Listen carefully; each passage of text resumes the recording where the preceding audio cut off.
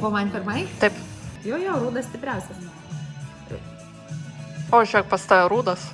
Taip? Tik kad toks... Aš iš tikrųjų nežinau, kur sėsiu, bet... Kaip gas, jau daužyt? Na? O! Matėt? O! Taip, kad nebūtinai. Palauk, mama man dabar atkiršys. Nemokytų pralaimėti.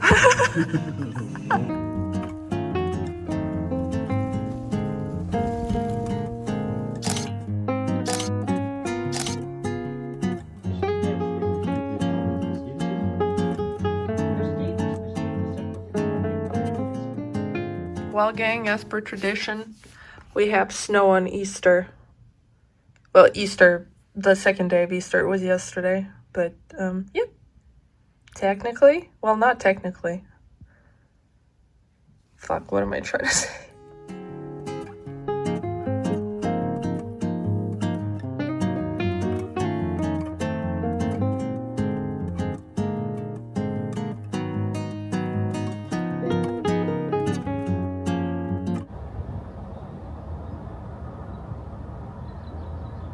It's the middle of April now, and I finally decided that it's time to open the balcony season. It's roughly between 10 to 15 degrees during the day here, so it's not too warm, and at night it sometimes even goes below 0. But since it's the middle of April, I was like, it's enough. The winters here are short enough, might as well just get the furniture ready and spend some more time in my balcony. I went to the Japanese embassy again. I returned my previous books, fully read, and then I got some more of the same manga. Now, currently I'm on volume 5. It's fun. I'm reading it and I'm having fun. Obviously, I have to use a dictionary apps while I'm reading it, but it's I'm having a good time, and whenever I'm reading it and I feel like I'm having a good time, I'm like, look at me, I'm reading manga in Japanese and I'm having fun, and this is all I could have ever asked for.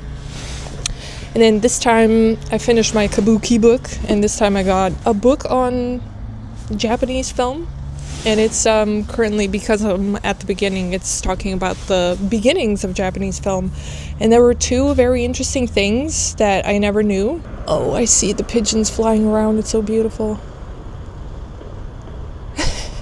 The first interesting thing was that when the first silent films were introduced from abroad, something very unique occurred in Japan. With silent movies, people just go to the movie theater, and especially with the early ones, you would just have like a kind of a montage of footage, essentially, and people would just watch it, be like, whoa, we're seeing stuff on the screen, and leave.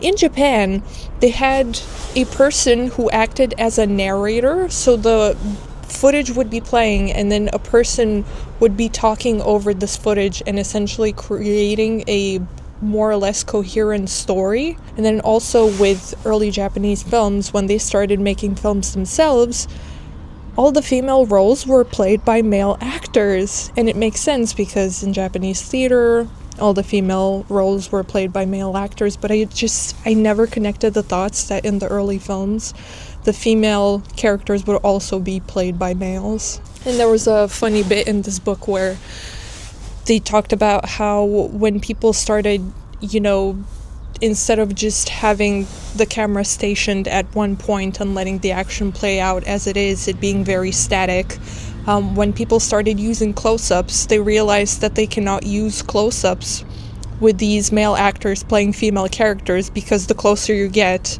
the more the illusion breaks of them apparently being female, so that's a little bit funny. But yeah, I'm enjoying spring, I'm enjoying the sun, I'm making progress, and learning something new every day, so life is good.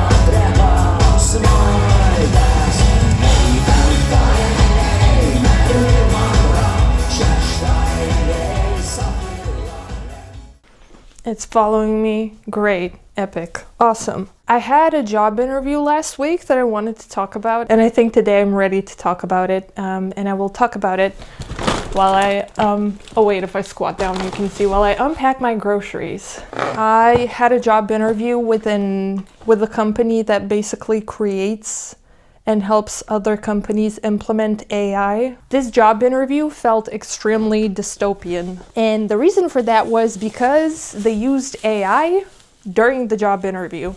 So I joined the video call and immediately 2 chatbots are plugged into the call. They weren't participating in the conversation. I think they were just there to kind of record and monitor the conversation and also provide prompts to the director of possibly questions to ask or ways to answer my questions, which is the funny part. Also the very dystopian part. So essentially, because those bots were plugged into the video call, the call was lagging a lot. So we just decided to end the video call and just call the normal way. When we called on the phone, I thought he wouldn't be using AI anymore. But as the conversation went on and he opened the floor for me to ask questions, I would ask questions that were required, like specific examples from the past and how they have solved previous problems and what kind of challenges I would face in this position, etc., etc. And he would go, okay, let me think a little bit. Then there would be a silence from anywhere between 30 seconds to a minute. And then he would give like a full in-depth answer with examples and stuff. And after the 3rd time that happened, it became obvious that he was using AI for his answers, which is kind of, I get that you're an AI company, but like this is so unprofessional. Like as a boss, you can't answer by yourself what kind of challenges the company is currently facing. So, you know, on the one hand, I was laughing to myself quietly because at this point we were on the phone, he couldn't see my face. So whenever he was taking his time to think, I would just like, you know, quietly laugh to the side. But after it was all finished, I was so kind of distraught a little bit. Like, is this now acceptable? He did say something along the lines of, oh, you know, AI nowadays is kind of like the new version of the internet, where everyone's terrified of it, but everyone's using it, and it's going to be implemented more and more, which is fair enough. But like using it during a job interview, like we don't Google our answers during a job interview, the same as we don't use AI to answer questions, especially when you're the head of the company. The position was not that great either. The title was like company administrator, but they want to essentially for you to fill 3 positions for the salary of 1 person. So it's like company administrator, then assistant to the director of the company, and then also a personal assistant to the director of the company. So they're like, yeah, so we would have you like sorting documents for the company, and then, you know, organizing my schedule and events and stuff like that, and trying to clear my schedule as much as possible so I can, you know, spend more time on clients. And then also I would have you like ordering dog food for my dog, and maybe going to IKEA, pick up some furniture and stuff like that.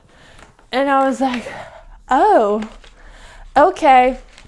And because I'm that type of person who like, especially upon the first conversation with a person, I'm not going to be like, oh, I don't like that. That sounds bad. I'm not going to do that. So I just kind of like, you know, nodded along with everything. But if you've had experience in like offices, you know how necessary like a clear structure within the establishment is, and how necessary a clear job description with a clear list of tasks, how important that is to have within a workplace, because otherwise you're going to be spread thin across everything, and they're going to be having you doing stuff that's way beyond your job description, especially if you're motivated and kind of talented at a bunch of things, and you're going to end up with like severe mental and physical issues because you're just giving it your all and they're using you, you know, for like 5 different positions. And you're only 1 person, and you're receiving, you know, a barely good enough salary for 1 person.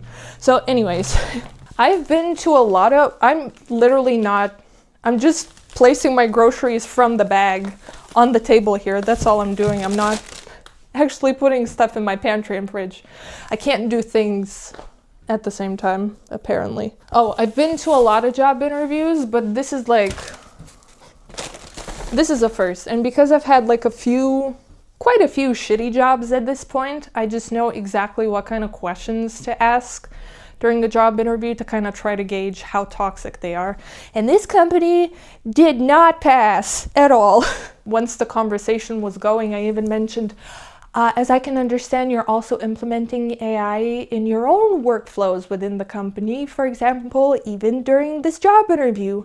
And the guy was like, yeah, like proudly declaring, yes, we are. Yeah, and we're learning about it every day and la la la. And I was like, bruh. Okay, I put all of the groceries on here instead of everywhere else. So let me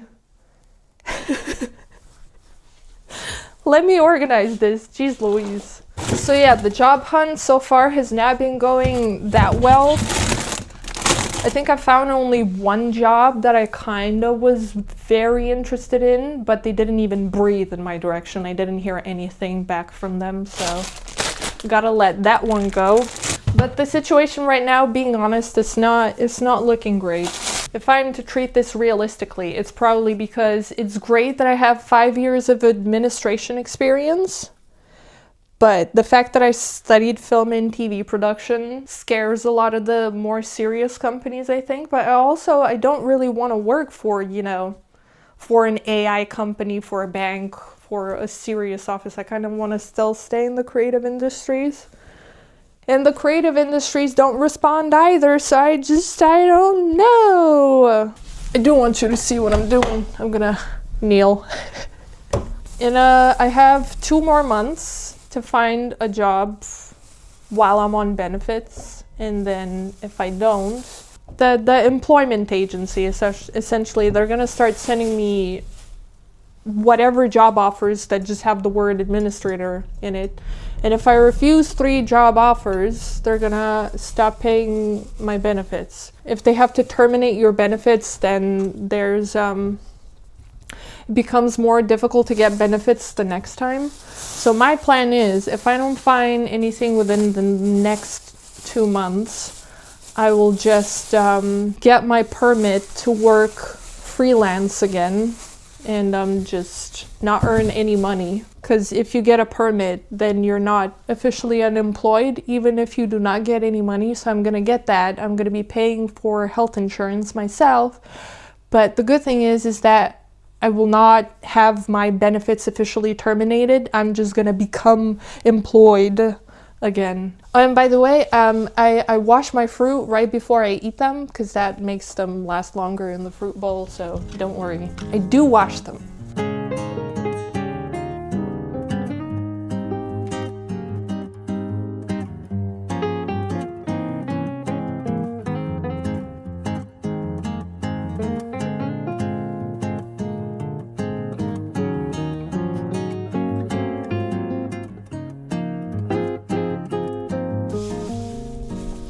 We're back again with another movie. I watched the Michael Jackson movie. I wasn't gonna see it at all, but a friend wanted to go and see it with me, since I'm a Michael Jackson expert within my circle, apparently. I'm very honored. Thank you, friend. I texted another friend saying this as well, that the movie is just like another piece of merch, and it's very apparent and very understandable. Yeah, the CGI, for one thing, is terrible. With other stuff, they definitely tried their best, and you can tell. It says a lot, the fact that Janet Jackson or Diana Ross are not anywhere part of the picture, so certain people who were a big part of Michael's life are not even in the slightest involved in it and shown in the film in any shape or form. But I will say the scenes from the Victory Tour, that one I was sold on, genuinely. I wasn't expecting it, but they did that one really well. It felt like the real thing almost, which is crazy because for the rest of the film it definitely didn't. Yeah, that part specifically touched that little hole that I have in my heart from my childhood when I thought that Michael Jackson was my dad. But yeah, they also made Michael really freaking weird at some points, which is true. He did have his weird tendencies, but he did not. It just seemed like a caricature rather than an actual character or an actual person. So, yeah.